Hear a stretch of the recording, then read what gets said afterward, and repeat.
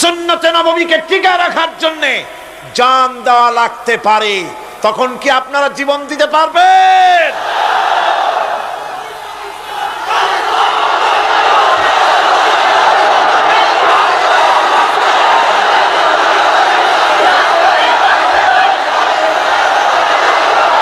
এরপরে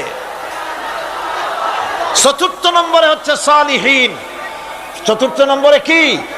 সালিহীন। সালিহীন হচ্ছে জীবনের প্রত্যেকটি ক্ষেত্রে যারা একনিষ্ঠভাবে আল্লাহর বিধান পালন করেছেন, যারা পুণ্যের সাথে সুদৃঢ় থেকেছেন, যারা অটল থেকে পুণ্যের সাথে হকের সাথে অটল থেকেছেন, কোন অবস্থাতেই ইসলামী আদর্শের বিরুদ্ধাচরণ করেনি, তারাই হচ্ছেন সালিহীন।